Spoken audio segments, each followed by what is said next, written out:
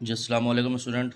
उम्मीद करता हूँ आप खैरियत से होंगे। तो आज के इस लेक्चर में हम एक्सरसाइज 10.2 क्वेश्चन नंबर 4 सॉल्व करेंगे और इसमें 4, 5, 6, 7 डिफरेंशियल इक्वेशन की एप्लीकेशन है। ठीक है स्टूडेंट, इसको सॉल्व करेंगे तो देख लेते हैं भाई इसमें क्या क्या रहा है। तो जैसा कि आपके मैं क्वेश्चन नोटबुक पर सॉल्व कराता हूँ तो उसको हम पढ़ लेते हैं।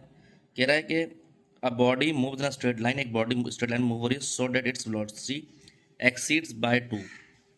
उसकी velocity increase exceed by 2 and its distance from a fix point of the line. एक फिक्स पॉइंट से कि अगर v जो है 5 मीटर पर सेकेंड है, t 0 है, तो आपको उसकी इक्वेशन मालूम करनी है। ठीक है, तो इसको हम सॉल्व कर लेते हैं नोटबुक पे। तो डियर स्टूडेंट, जैसे कि आखिर मैं क्वेश्चन नोटबुक पे सॉल्व कराता हूँ तो ये हमारे पास क्वेश्चन उतरा हुआ है, तो उसको हम देख लेते हैं भाई। अच्छा भाई, वैसे आपको पता है कि वेलोसिटी जो होती है वो वेलोसिटी होती है rate of change of distance. ठीक है, तो यानी कि v जो होता है वो होता है ds/dt, जिसको हमने रेट ऑफ चेंज का उसको 1 का नाम देते हैं। और उसके अलावा गिवन कंडीशन जो है हमारी इस क्वेश्चन में, वो कह रहा है कि गिवन कंडीशन स्टूडेंट है कि वेलोसिटी जो है आपकी वो इंक्रीज हुई है कितनी, एक्सीड बाय 2, यानी कि s+2। वेलोसिटी इंक्रीज हुई s+2, उसको हमने 2 का नाम दे दिया। अगर आप इन दोनों को कंपेयर करेंगे, जिसमें 1 आ रहा है, कंपेयर कर लेते हैं इक्वेशन 1 एंड 2 को, तो हमारे पास आ गया ds/dt is equal to s+2। ठीक है, अब ds/dt s+2 आया है, इसको हम सेपरेबल वेरिएबल करेंगे तो ds/s+2 is equal to dt, और इसको इंटीग्रल कर लो। ठीक है, तो इसका डेरिवेटिव ऊपर मौजूद है, तो ये हो गया ln s+2 is equal to t+c।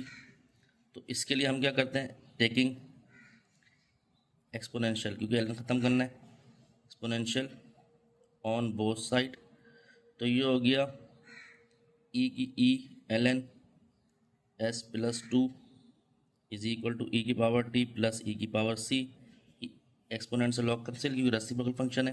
तो यहाँ बचा s+2 इज इक्वल टू, ये तो हमारे पास ई की पावर टी हो रही है सी रहा। ठीक है, क्योंकि कांस्टेंट है, ई की पावर सी जो है कांस्टेंट है, सी लिख दिया इसको। तो क्या s+2 सी ई की पावर टी, इसको हमने नाम दे दिया 3 का।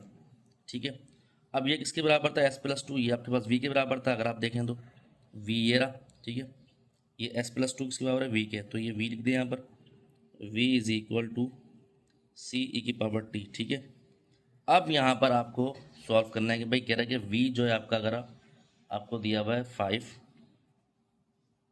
और t दिया हुआ है 0, तो c के लिए निकालें। तो यहाँ पर गिवन जो दोबारा लिख रहा हूँ मैं question, v is equal to c e की पावर टी, तो v 5 था तो 5 लिखते हैं v की जगह, c ऐसी लिखा, e की पावर टी जो था 0 था, तो e की पावर 0 एक्सपोनेंट की पावर 0 1 के बराबर होता है। तो क्या 5 इज इक्वल टू सी, यानी कि सी की वैल्यू कितनी आ गई 5। अब इसको मैं पुट कर दूंगा, put in equation 3, put in equation 3। तो 3 इम्प्लॉयज़ क्या थी भाई, s+2 इज इक्वल टू 5 ई की पावर टी, तो s इज इक्वल टू 5 ई की पावर टी माइनस 2। तो ये हमारे पास गिवन रिक्वायर्ड कंडीशन आ गई, डिफरेंशियल इक्वेशन का मॉडल आ गया। ठीक है, तो स्टूडेंट ये आपको समझ आ रहा होगा। ठीक है स्टूडेंट।